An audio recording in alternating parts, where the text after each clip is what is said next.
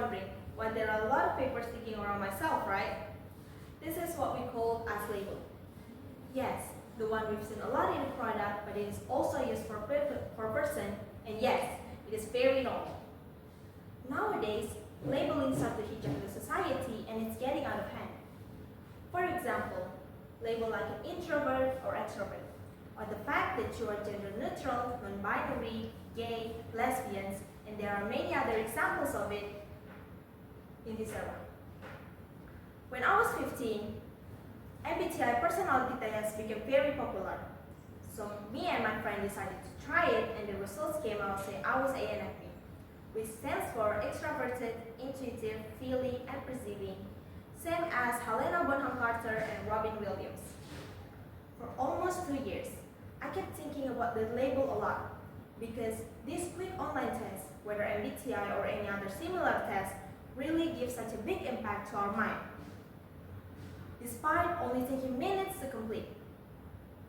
While doing about this research, I realized that I've been believing so much about being ANFP, and it was limiting myself.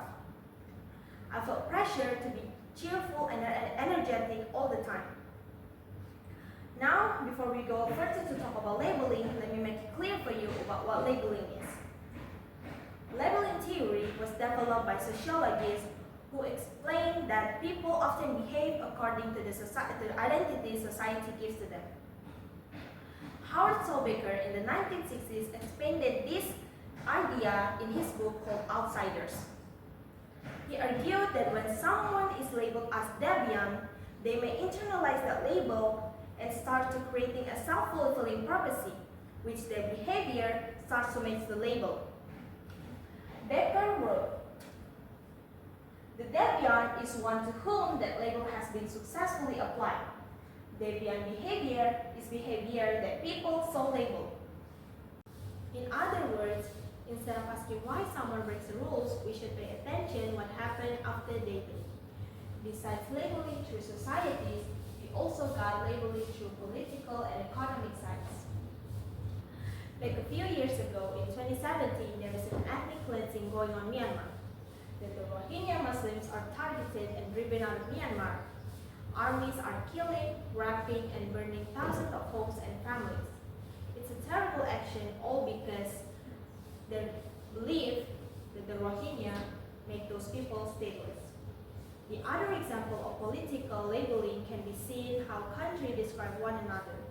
For instance, United States has portrayed Iraq as dictatorship.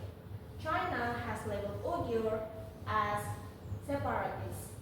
And then Israel refers to Hamas as terrorists. North Korea labeled US as imperialists.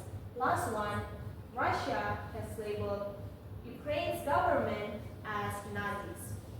In the end, labeling are not how individuals are viewed, but it is also how societies and political systems operate.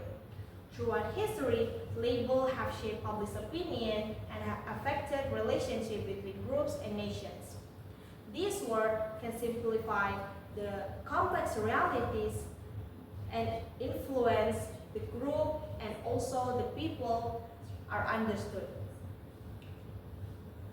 That's why it is so important for us to be aware with the label we use and we also accept, so we can encourage a better, clearer, and also more balanced world around us. Thank you so much for listening about this video. I've been doing a lot of research about it, and I hope the evaluators also enjoy to listen. My name is Fidela Anggraeny, and goodbye.